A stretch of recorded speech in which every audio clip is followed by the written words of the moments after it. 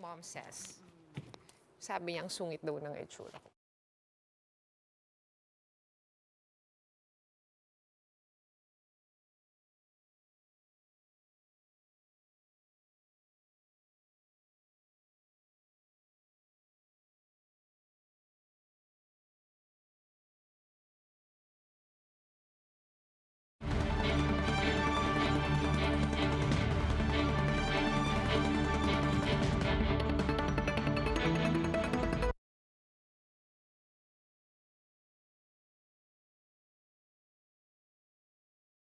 The news day continues here on One News Now. I'm Sean Yao. COVID-19 infections in the Philippines continue to dip on Wednesday. The DOH tallied 15,700 new cases nationwide, bringing the total caseload to 3.47 million. Meanwhile, active cases are at 230,000. 66 people died of the virus in the last 24 hours, hiking the death toll to 53,600. Total recoveries are now at 3.19 million after 32,700 new survivors. The positivity rate also continues to slide, now at 35.8%. What this means is that at least 3 out of 10 people are still testing positive for the coronavirus. Around 48,000 tests were recently conducted and included in today's bulletin. And authorities are again warning the public against the use of fake vaccine cards in order to evade the no vaccine, no ride policy. This is after the police arrested an alleged supplier of fake vaccine cards in Pasay. Justine Punsalang with the report.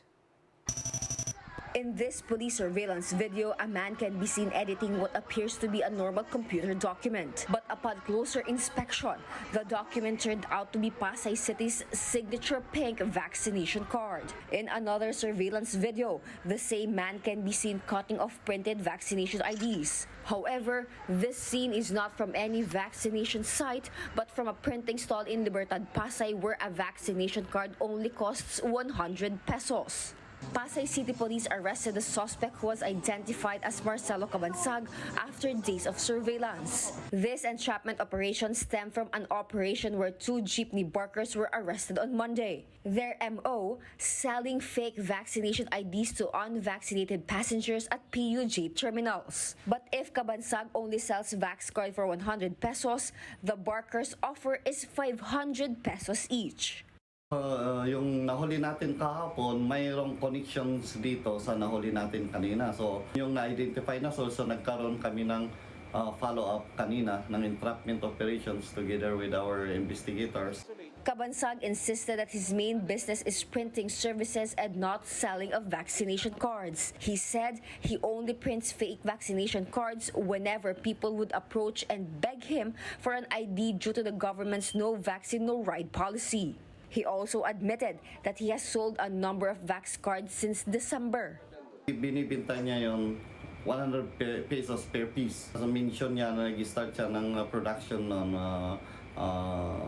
last week of December until now. So nung tinanong namin yung ilan na yung na-produce niya, so more or less 50 vaccination cards. So we are suspecting na mayroong nag-circulate ngayon na 50, more or less 50 vaccination cards. The Pasay City Police confiscated all of Cabansag's equipment, which was used for the illegal production of vaccination cards, including a desktop computer, printers, and a laminating machine. The police also recovered blank vaccination ID templates where doctors' signatures were printed as well. Authorities are still verifying if Cabansag had accomplices or if other stalls offer the same service. Currently, the suspect is detained at Pasay City Police Station, where he will be charged with falsification of public documents in relation to mandatory reporting of notifiable diseases and health events of Public Health Concern Act. Meanwhile, the police has a reminder for those planning on using or manufacturing fake vaccination IDs.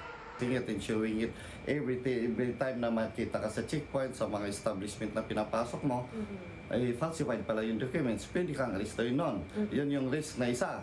Number two is yung health risk naman nung gumagamit din. Paano kung infected siya?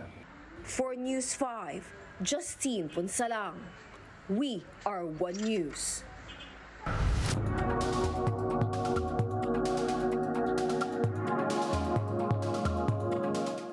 There is a new study that suggests that hospitalized COVID-19 patients who survived at least a week after discharge are more than 2 times as likely to die or be readmitted within months. Let's find out the details from this Bloomberg Quick Take.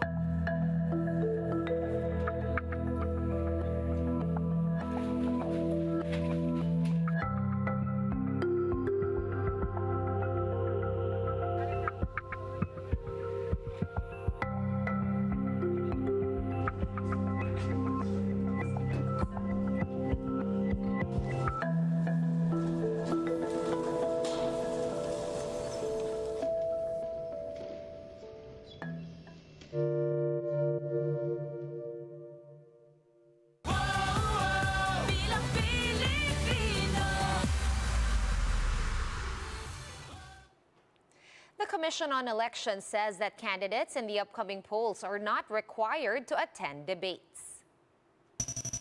COMELEC spokesperson James Jimenez said that the debates are completely voluntary. However, he did say that candidates who fail to show up could affect their own campaigns. The poll body is looking at 2 formats for the debates, one with a single moderator and another in the form of a town hall. In general, we have very high expectations for all candidates to actually attend. We will let the empty chair speak for itself. So we will have an empty chair on stage, or an empty podium on stage for those who don't attend. So that's all the message that you need to hear from them. Let's now take a quick look at today's other top stories. The Justice Department has indicted 4 individuals involved in the hacking of over 700 BDO accounts late last year. The DOJ says the 5th suspect is still undergoing investigation. The 4 suspects will be charged for violating the Access Devices Regulation Act and the Cybercrime Prevention Act. A lower house panel recommends the filing of charges against Health Secretary Francisco Duque III and former FDA Chief Eric Domingo.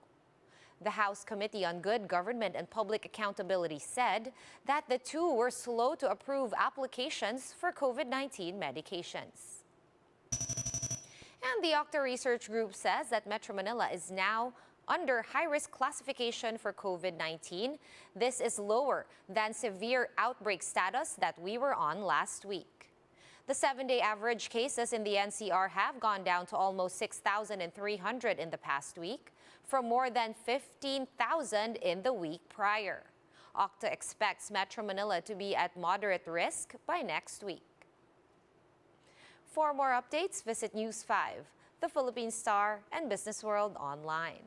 Visit our website, onenews.ph, for more in-depth analysis. You can also catch One News on the Signal Play app.